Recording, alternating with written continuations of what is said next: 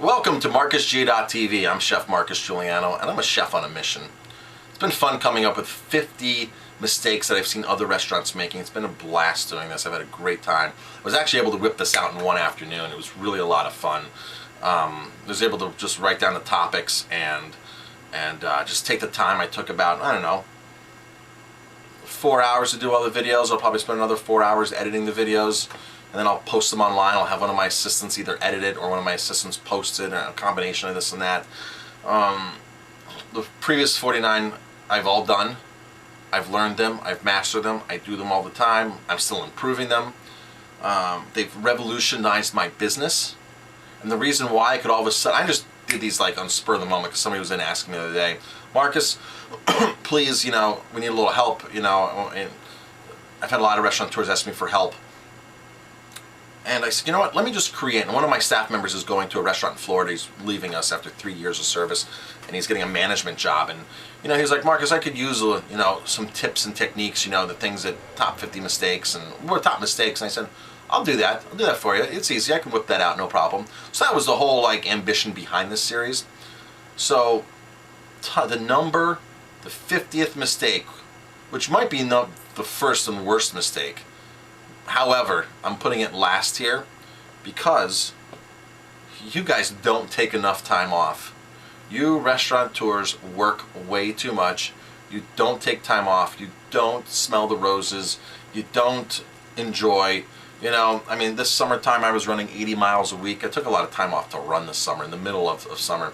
I walked in Thanksgiving Day after running a race at 11:45. My staff had everything under control. I looked at them. I went home, took a shower because I came right from the race. I came back, they had all the to-go orders out. I watched the first couple tables come in at 1 o'clock and I left.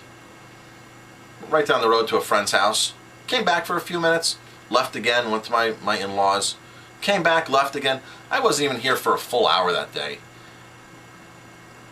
And it feels good to have the flexibility to take 4 hours out of my afternoon like this and make a video that's videos that are informative, because I have the time to do it. I'm not stressed for time. It feels good to be able to take Thanksgiving off, basically. If I wanted to travel, I could have traveled. My staff is awesome. I owe everything to my staff because they've helped me come along this way. If I didn't have good staff, I couldn't do anything that I do right now. I couldn't enjoy my life. I couldn't enjoy my restaurant. I enjoy my restaurant a lot. I take time off. I don't consider work anymore. I'm here, I'm having fun, and it's a really awesome experience to own a restaurant and not have to be stuck working the restaurant every single day. Now this video is going to be a little longer because I want to take some key points. Now when I hire staff, one of the first things I tell them on the interview process is, I'm hiring you to do a job. I'm a business owner, I'm a restaurateur because I'm creating jobs.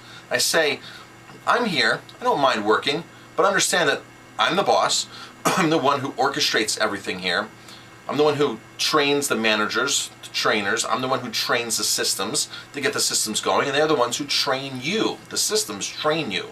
Okay? So I've figured everything out. I have a job to create, I have a business to create jobs. I didn't open a restaurant to buy a job for me. That wasn't the point of it. So I'm hiring you to do jobs here, so I don't have to, because if I didn't have to hire you, if I did the job, I wouldn't have to hire you. It's plain and simple. So I get that instilled in them right away, that I'm the boss, and I'm here to, supervise, whatever, help in, pitch in. I'm not going to let them go down. I'm not going to sink ship at all. The ship sink at all. I'm not going to do that. But, they're here because you hire your employees to do a job. And that's what happens, okay? Then you find out once they get in here where they shine and emphasize on what they love doing. And if you emphasize on what they love doing, they'll do more of what they love doing, and they'll do more of it for you so you can do what you love doing. I love being here, but work's not work to me anymore. I enjoy my restaurant, I get out, I run, I go to all my kids' basketball, baseball, football. I go to a lot of the games. I take weekends off, and the great thing is, this summertime, busy weekend in August, I walked in at Thursday night, and I said, oh, I'll see you guys on Monday. I was walking out the door, actually, and I said, I'll see you guys on Monday. And they're like, what are you talking about? I'm like, I'm leaving for the weekend. They're like, you didn't tell us. I'm like, because I don't need to tell you. I honestly don't need to tell you that I'm leaving. You guys have everything under control. I've trained you well. You've absorbed the knowledge. You're into it. this is a great fit, guys. I'll see you on Monday. I'm going to a big beer event that I've been waiting for to go all since last year. And I trust you. When you tell your staff you trust them, you give them the power, they will take it very seriously. They will take that trust aspect extremely seriously, and they won't let you down. I can guarantee that. And if you do the rest of the steps that are involved in it, you just can't walk in and say, I trust you, and walk out. You've got to build that trust. You've got to figure out, get them all on the bus and figure out who's driving the bus, who's going which direction, and then emphasize on all those. And your restaurant will just go and go and go, and it's a super beautiful thing.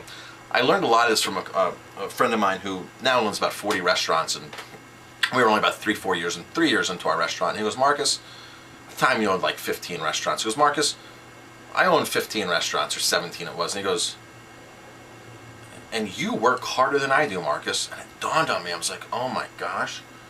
This guy owns all these restaurants, New York City, Vegas, and I'm like, most of his restaurants are in New York City. And he goes, it's like, I work harder than him. And I'm doing one restaurant. How could I ever do something else? So that